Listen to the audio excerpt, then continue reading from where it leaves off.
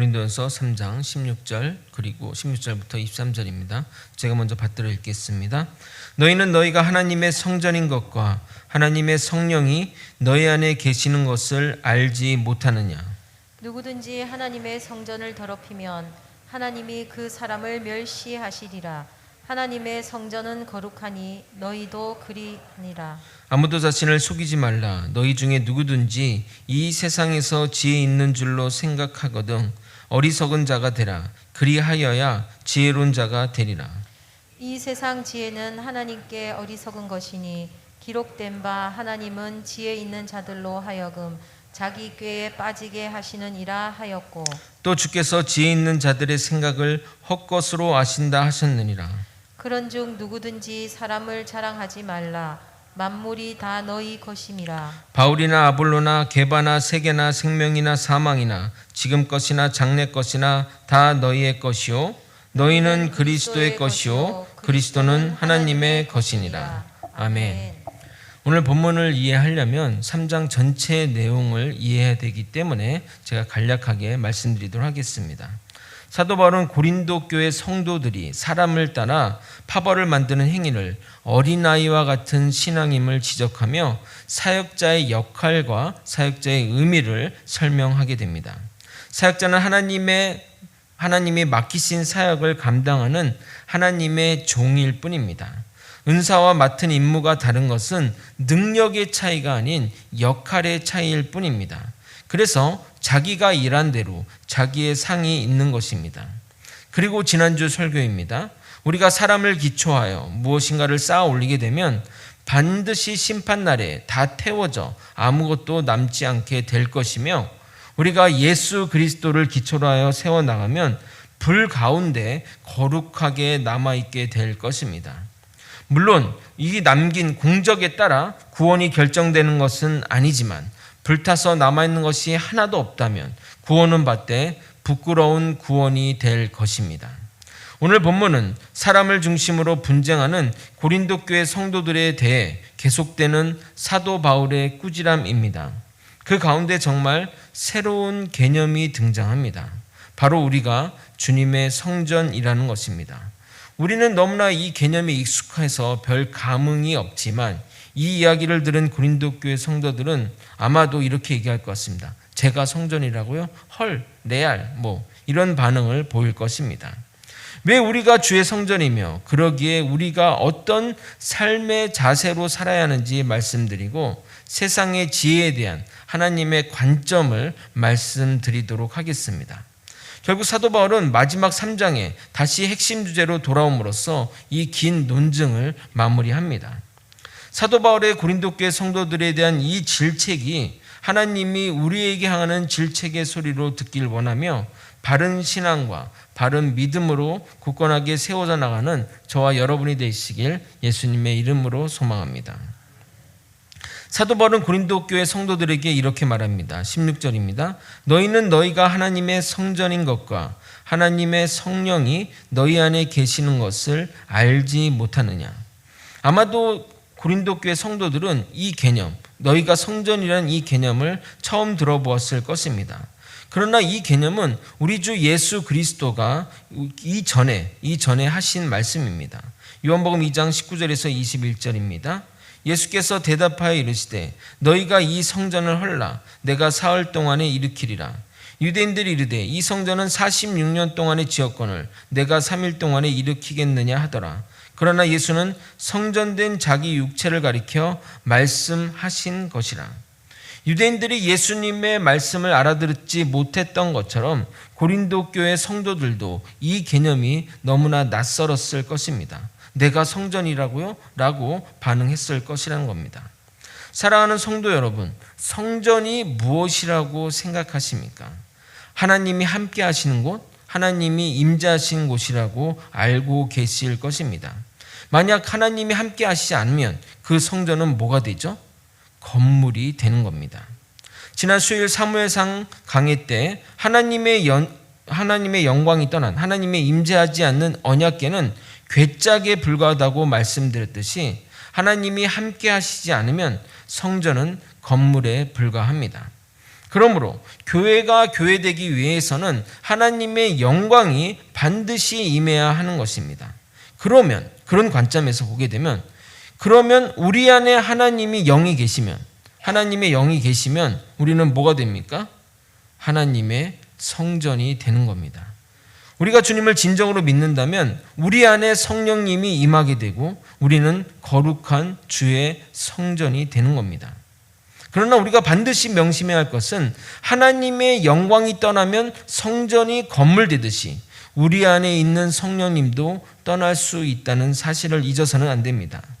아니 목사님, 예수를 믿으면 성령은 기본적으로 있는 것 아닙니까? 아닙니다.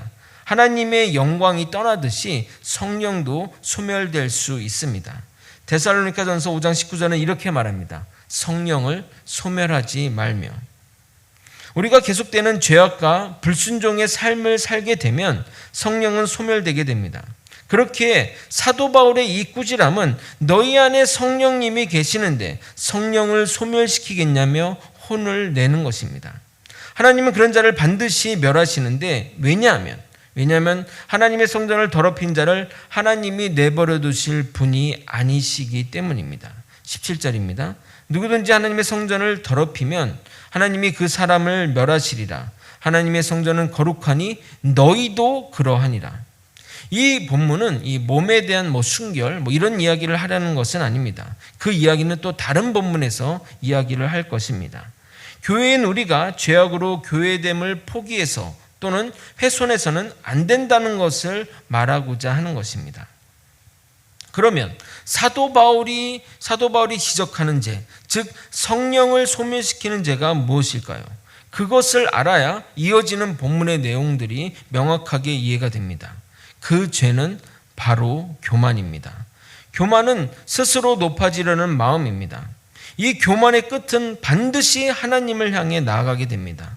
왜냐하면 교만한 마음은 하나님이 같이 되려는 마음에서 출발한 것이기 때문입니다.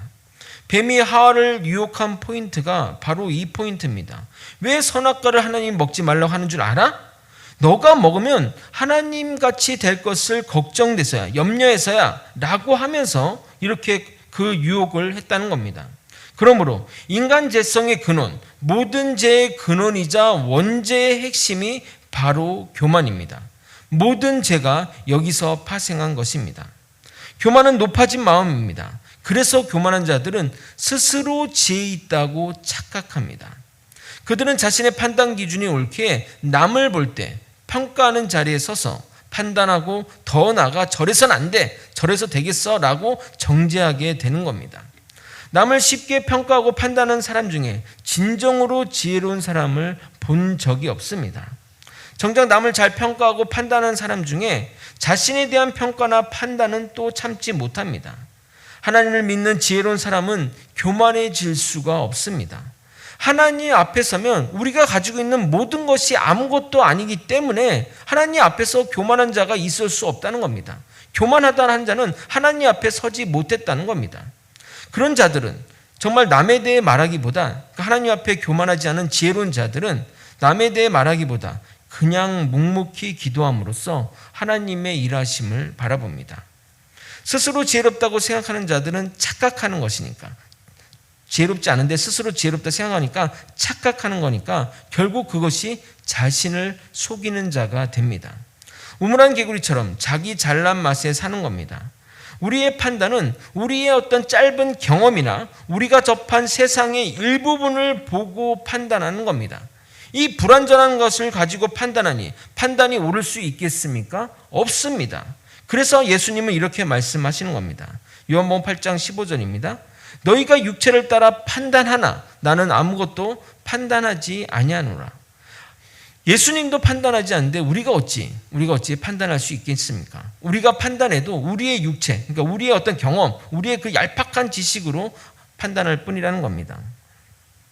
고린도 교회 교인들은 세상의 얄팍한 지혜를 기준으로 교회의 지도자들을 평가하고 자신들이 좋아하는 지도자를 중심으로 당을 지어 분열하였습니다. 그것은 스스로 지혜 있다고 착각하는 것이며 결국 자기를 속이는 겁니다. 그래서 사도 바울은 이렇게 말하는 겁니다. 18절을 함께 읽어보도록 하겠습니다. 함께 읽겠습니다. 시작. 아무도 자신을 속이지 말라. 너희 중에 누구든지 이 세상에서 지혜 있는 줄로 생각하거든 어리석은 자가 되라. 그리하여야 지혜로운 자가 되리라. 아멘. 그러니까 자신을 지혜롭다고 착각하지 말라고 말하는 겁니다. 여러분, 우리가 뭐 교수나 뭐 박사라고 하면 매우 지혜롭고 똑똑하다고 생각하실 것입니다. 그러나 알고 보면 전공 분야를 제외하고 정말 어리석은 사람들이 박사들입니다. 자신의 분야는 잘 알지만 나머지는 정말 장님과도 같은 것이 박사나 교수입니다. 예를 들어 보면 우리 이 신학에 대한 연구 분야가 있는데 크게 5가지로 분류할 수 있습니다.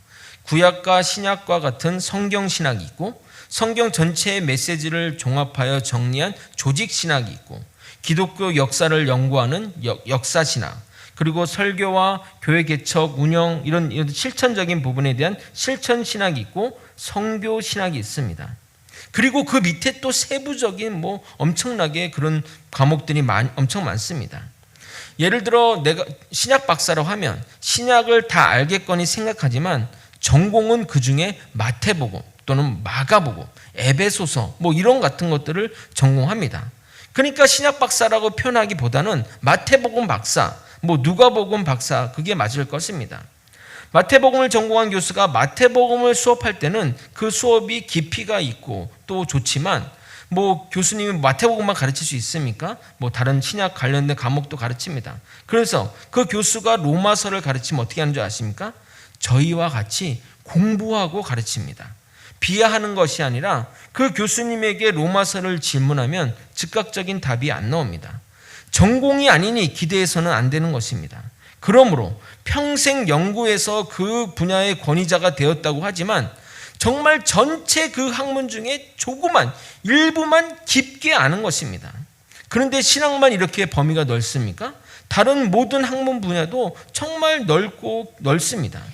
제가 전공한 유전공학도 정말 범위가 너무나 많습니다. 바이러스, 발생학, 미생물학, 분자유전학, 분자생물학 듣기만 해도 머리 아프시죠? 뭐 이런 것들 엄청나게 많습니다.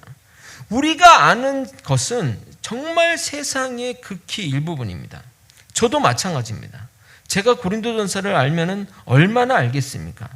여러분에게 이 말씀을 전하기 위해 여러 권의 책을 읽고 또 이것을 설교한 목사님들의 설교들 듣고 각종 자료를 연구해서 전하는 겁니다. 혹시 제가 다 아는 것처럼 말씀드렸다면 미리 사과드립니다. 물론 여러분보다 책이나 말씀을 이해하는 깊이나 농도는 다르겠지만 저희도 하나님의 것을 다 알 수 없습니다. 정말 극히 하나님의 그 크신 은혜에 그 크신 정말 하늘로도 두루마리 삼고 바다로도 먹물 삼아도 할 수 없는 그 크신 것의 일부분을 깨달아 전한 겁니다. 겸손히 얘기하는 게 아니라 사실을 말씀드리는 겁니다. 그런데도 말씀이 안 쓰여지면 괴로워 말씀 달라고 막 간절히 기도합니다. 지난 월상 예배 때 말씀드렸듯이 말씀이 잘 안 들어지고 하면 어떤지 아세요? 내가 죄를 지어서 그러나? 내가 죄 때문에 이 말씀을 못 깨닫냐? 말씀 준비하다 또 가서 그냥 하나님 정말 제가 뭔 잘못을 했습니까? 막 회개하고 막 그렇게 하고 또 그것도 안 되면 머리를 식히려 그냥 바람을 좀 쐬고 몸부림치며 준비합니다. 이번 주가 특히 어려웠습니다. 정말 어렵게 말씀을 준비했습니다. 그러므로 내가 이 세상에서 지혜롭다 생각하는 것은 스스로 착각하는 것이며 자신을 속이는 행위입니다. 인간은 남을 속이기도 하고 남에게 속기도 하고 스스로에게도 속기도 합니다. 그러나 하나님 앞에 지혜로운 자는 자신의 현실을 정확하게 깨닫고 겸손한 자세로 나아가게 됩니다. 지혜롭기를 바라는 자들에게 사도 바울은 역설적인 권면을 합니다. 어리석은 자가 되라는 권면입니다. 스스로 지혜롭다고 생각하는 자는 더 이상 배우려고도 또한 다른 것을 받아들이려고 안 합니다. 내가 지혜로운데 내가 배울 게 뭐 있어? 나 완벽하잖아. 이렇기 때문에 더 이상 배우려고 하지 않습니다. 내가 누군데 누가 나한테 뭐라고 그래? 난 다 알아. 나 때는 말이야 이렇게 했어 라고 하며 남의 말을 듣지 않습니다. 그래서 어리석은 자가 되라는 말은 자신의 부족함을 인정하고 겸손하게 주님의 말씀을 받아들이라는 말인 것입니다. 세상의 지혜로는 하나님을 알 수 없고 이해할 수도 없습니다. 죄악된 세상에 근거를 둔 인본주의적 지혜를 부정해야 참된 하나님의 지혜로 나아갈 수 있습니다.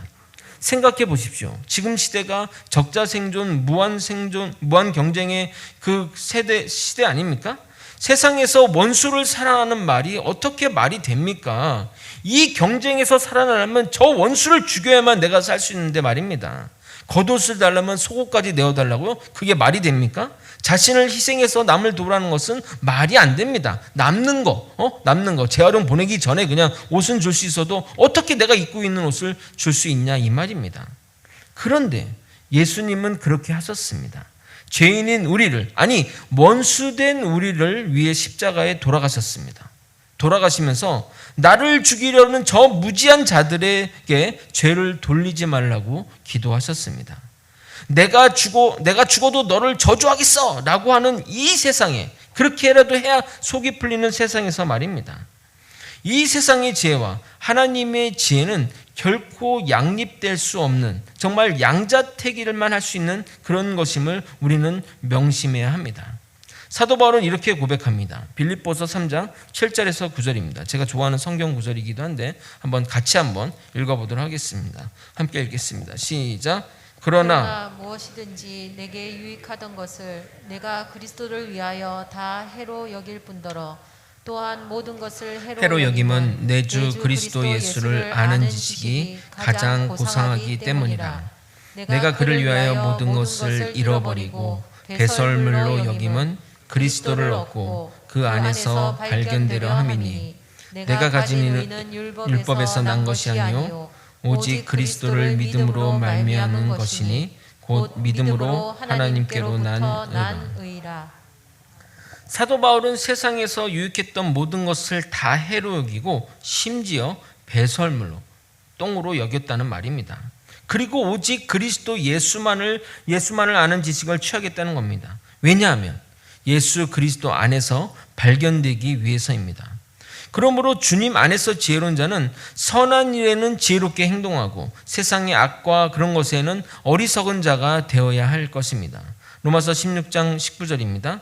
너희 순종함이 모든 사람에게 들린지라. 그러므로 내가 너희로 말미암아 기뻐하노니 너희가 선한 데는 지혜롭고 악한 데 미련하기를 원하노라. 아멘. 고린도 교회 분쟁의 원인이 교만에 있었고 세상의 지혜에 근거하여 스스로 지혜했다 생각하며 남을 판단하고 정죄하고 결국 저들과 나는 다르다고 생각하여 당을 짓는 행위를 했기에 세상에서 어리석은 자가 되어 하나님의 지혜로 살아가라고 권면했습니다. 하나님의 지혜로 사는 자는 남을 평가하고 정죄하지 않으며 스스로 지혜롭다 생각하지 않습니다. 이어지는 19절과 20절은 하나님의 지혜로 살아가는 이유를 설명합니다. 그런데 그 이유, 그러니까 설명한 이유가 불신자들에게는 설득되지 않는 이유이지만 하나님을 믿는 자들에게는 설득되는 이유입니다. 여러분 이것만 보더라도 세상의 지혜로 사는 자들과 하나님의 지혜로 사는 자들이 사는 세상이 다른 것임을 알 수 있습니다.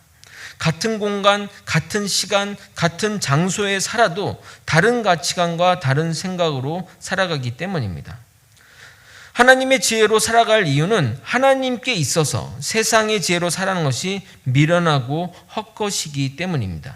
19절 20절을 읽어보겠습니다. 이 세상의 지혜는 하나님께 어리석은 것이니 기록된 바 하나님은 지혜 있는 자들로 하여금 자기 꾀에 빠지게 하시느니라 하였고 또 주께서 지혜 있는 자들의 생각을 헛것으로 아신다 하셨느니라. 결국 세상 지혜로 사는 사람들은 자기 지혜에 빠지게 될 거라고 말씀하십니다. 우리는 하나님이 이 세상의 창조주임을 믿는 자들입니다. 아멘. 하나님은 지금 살아계셔서 모든 만물을 운행하시고 역사하심을 믿는 자들입니다. 아멘. 하나님은 우리의 머리털까지 세시며 우리의 모든 길을 인도하시는 분이십니다. 아멘. 하나님은 모든 지혜의 근원이십니다. 아멘. 그렇다고 하면 하나님이 아니라고 하면 아닌 것입니다. 이 세상의 지혜가 하나님 보시기에 어리석다고 하면 어리석은 것이고 헛된 것이라면 헛된 것입니다. 그 이유를 설명할 이유가 없습니다. 우리는 믿으시죠? 그렇기 때문에 이 말을 받고 사는 겁니다. 불신자들한테 이렇게 얘기하면 그런 억지가 어디 있어? 왜 세상의 지혜가 어리석은 거야? 라고 설명을 해야 되지만 우리는 그냥 하나님이 그러면 네 아멘 하는 자들이라는 겁니다. 조금 야박한 예를 들어보도록 하겠습니다. 친구네 집에 놀러가서 그 친구 집에 있는 장난감을 가지고 놀았습니다. 아이들끼리 게임을 통해 장난감 따먹기를 했습니다. 한 친구가 게임을 잘해 주인집 A의 장난감을 다 차지했습니다. 엄청 막 즐거워하고 좋아하는데 갑자기 주인집 애가 심통이 나는지 그래 이제 그만 놀고 집에 가자라고 했습니다. 그러면 게임을 잘하던 친구는 장난감을 내려놓고 집에 가야지 절대 단 하나도 가져갈 수 없습니다. 물론 하나님이 심통난 주인집 아들은 아니지만 하나님이 아니라고 하면 아닌 겁니다. 그리고 객관적으로 봐도 하나님 말이 맞지 않습니까? 고린도 교인들이 자신들이 지닌 세상의 죄를 내세워 사역자를 중심으로 서로 분열하는 것이 하나님 보시기에, 아니 여러분이 보시기에도 지혜롭다고 할 수 있겠습니까? 그리스도께서 나뉘지 않은 것처럼 주님의 교회에 분열은 있을 수 없습니다. 저는 요즘 정치권에서 하는 논쟁을 보면 좀 짜증이 납니다. 바이든이든 난리든이든 그게 뭐가 중요합니까? 금리가 오르고 물가가 오르고 북한은 동해 바다에 미사일을 쏘아대고 경제는 위기 상황인데 말 한마디 때문에 2주일간 국민들 청력 테스트 시키는 게 말이 되냐 이 말입니다. 그런 짓을 하고 있는 국회의원들에게 매달 억대의 돈을 지원한다는 것이 답답할 나름입니다. 누군가 실수만 하면 죽일 듯이 달려들고 잘못을 인정하고 신하면 끝날 일을 오히려 더 공격하고 물어뜯고 국회의원과 보좌관들 정말 배울 만큼 배운 사람들이고 우리나라의 최고의 엘리트 아닙니까? 그런데 그들이 하는 걸 보면 개싸움과 다를 바가 없습니다.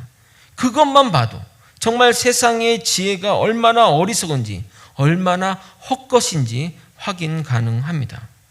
목사님, 그럼 세상의 것은 어리석은 것이니 우리가 세상의 것에 눈을 감고 마음을 닫아야 하나요? 수도원이나 산속에 들어가 말씀 보며 세상과 단절하여 살아야 하나요? 아닙니다.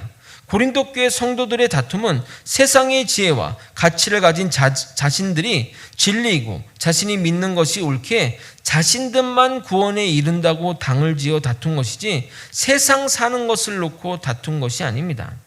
세상의 지혜는 완전하지 않을 뿐이지 악은 아닙니다. 이 세상에는 하나님이 주신 지혜로 이룩한 것들이 많습니다. 문화, 교양, 과학, 지식, 음악, 학문, 역사 등등 사람들이 가치 있게 여기며 도덕적으로 훌륭한 것들이 다 하나님이 주신 선물입니다. 그러나 이러한 것들은 이 땅을 살아가는 데 필요한 지식이며 도구일 뿐이지 하나님의 나라를 들어가는 수단으로서는 아무런 가치가 없는 것입니다. 세상의 지혜로는 결코 하나님의 나라를 이해할 수도 또 들어갈 수도 없습니다.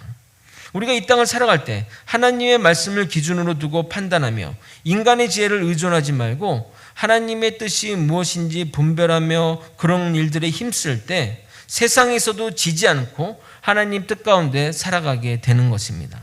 로마서 12장 2절에 이렇게 말합니다. 너희는 이 세대를 본받지 말고 오직 마음을 새롭게 함으로 변화를 받아 하나님의 선하시고 기뻐하시고 온전한 뜻이 무엇인지 분별하도록 하라. 인간을 구원한 것은 오직 하나님의 지혜로만 가능합니다. 이제 사도 바울은 너희가 사람 중심으로 모이는 것의 무가치함을 결정적인 논증으로 마무리합니다. 21절, 22절을 읽겠습니다. 그런즉 누구든지 사람을 자랑하지 말라. 만물이 다 너희 것임이라. 바울이나 아볼로나 게바나 세계나 생명이나 사망이나 지금 것이나 장래 것이나 다 너희 것이요. 성도들은 하나님께 나서 그리스도 예수 안에 있는 존재들이기에 만물이 모두 그들의 소유입니다.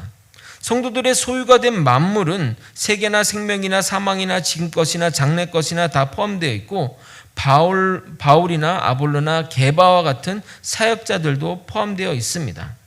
그러므로 사역자들이 성도에 속한 것이지 성도들이 특정 사역자에 속한 것이 아닙니다. 그런데 자신들의 소유물에 기대어 서로 갈라서고 그 소유물을 자랑하고 그 소유물을 숭상하는 이 상황들이 얼마나 황당하냐 이 말입니다. 자신의 소유주인, 진정한 소유주인 그리스도를 자랑하는 것이 정상적인 모습인데 말입니다.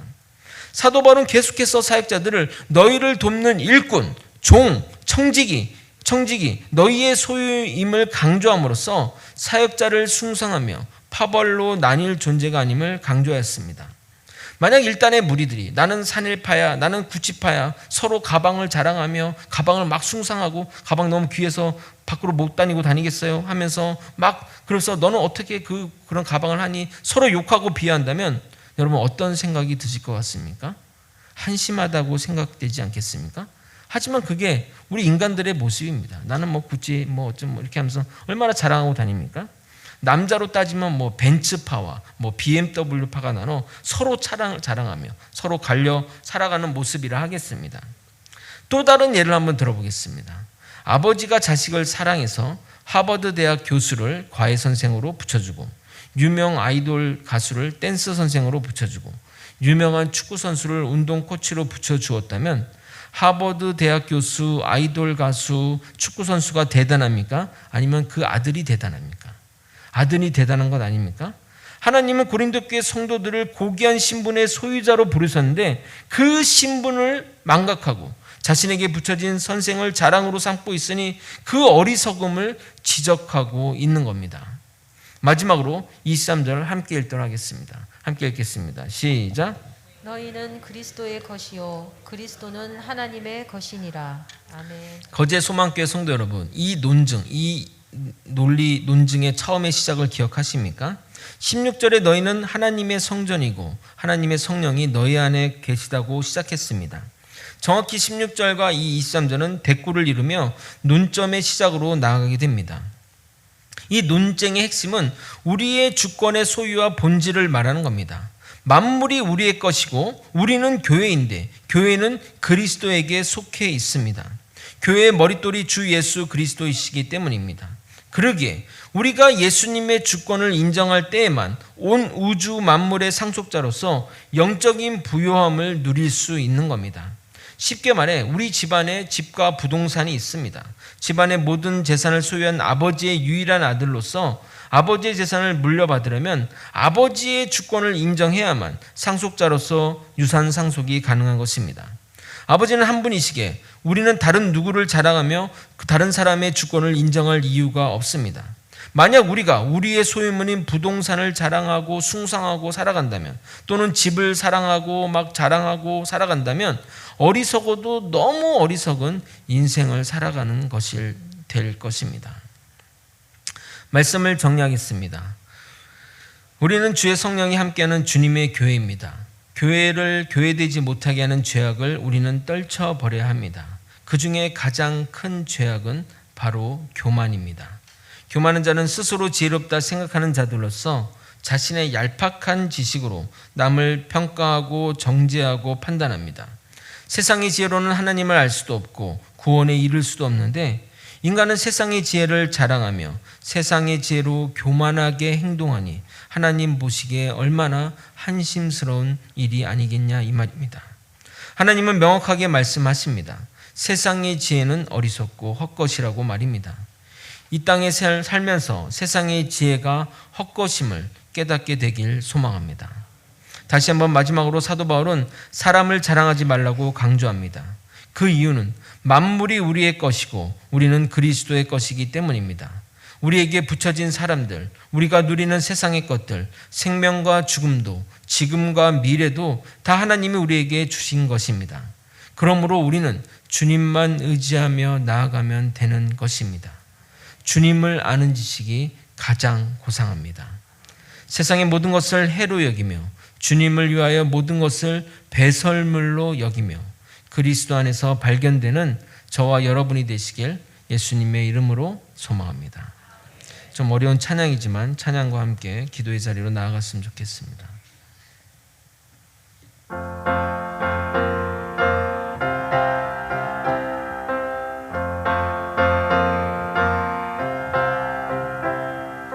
우리는 주의 움직이는 교회, 이곳은 주님을 위한 자리, 내가 기도하는 모든 땅 위에서 하나님 예배받은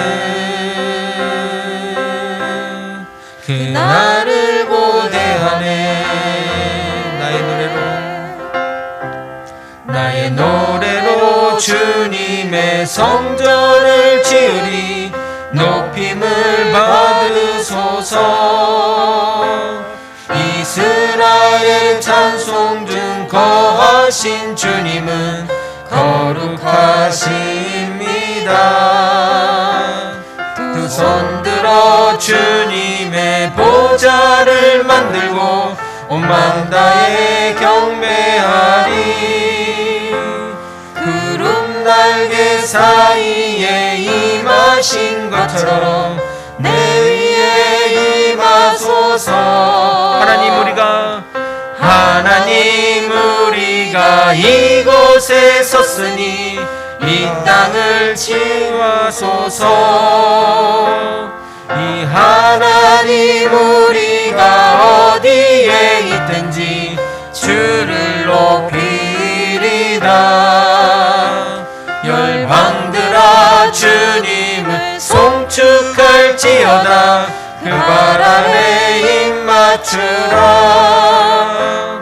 영원한 통치자 주 예수 그리스도, 그는 위대하시. 우리는 주의 움직이는 교회. 우리는 주의 움직이는 교회. 이곳은 주님을 위한 자리. 내가 기도하는 모든 땅 위에서 하나님 예배받을 그날을 고대하네.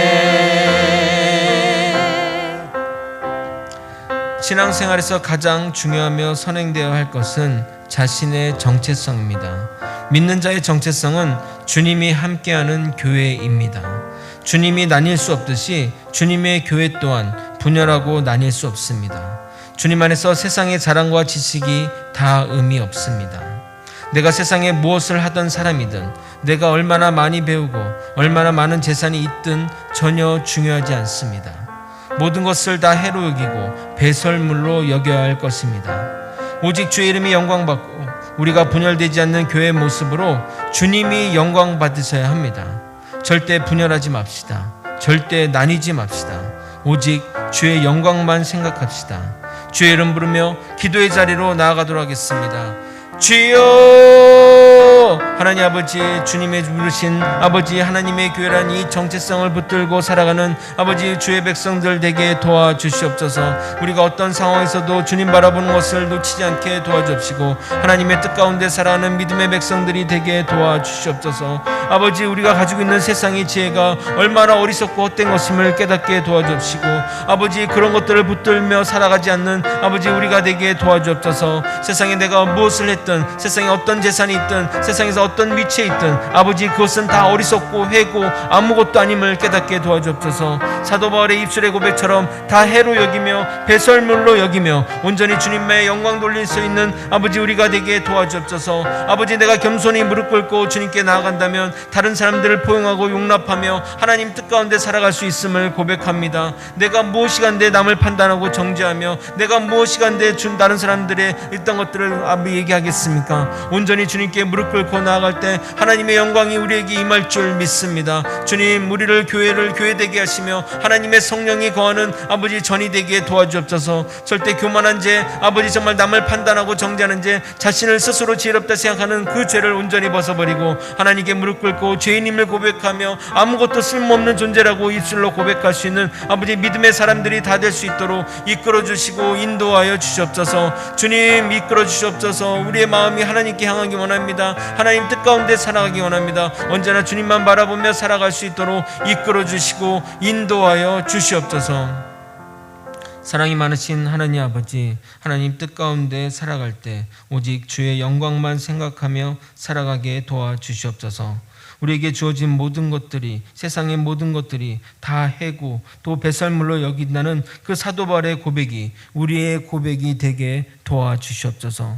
아버지, 내가 교만하지 않게 도와주시고 내가 가진 아버지 얄팍한 지식으로 남을 판단하고 정죄하지 않도록 이끌어 주시옵소서. 아버지, 나는 주님께 나는 무익한 자라고 아무 쓸데없는 자라고 고백할 수 있도록, 정말 그렇게 믿고 또 고백할 수 있도록 이끌어 주시고 인도하여 주시옵소서. 온전히 주의 영광을 위해 살아갑니다. 온전히 주의 이름만 높이기 원합니다. 주님 함께하여 주시옵소서. 지금은 우리 구주 예수 그리스도의 은혜와 우리 하나님 아버지의 크신 사랑과 성령 하나님의 감동감화 교통 역사하시는 귀한 은총이 우리가 주님의 교회라는 정체성을 확립하고 세상의 죄를 어리석게 여기고 다 해로 여기며 오직 주의 영광을 위해 살아가는 믿음의 성도님의 마음과 영혼과 육신의 건강과 그 가정과 사업과 직장과 모든 것 위에 이제로부터 영원히 함께 있을지어다. 아멘.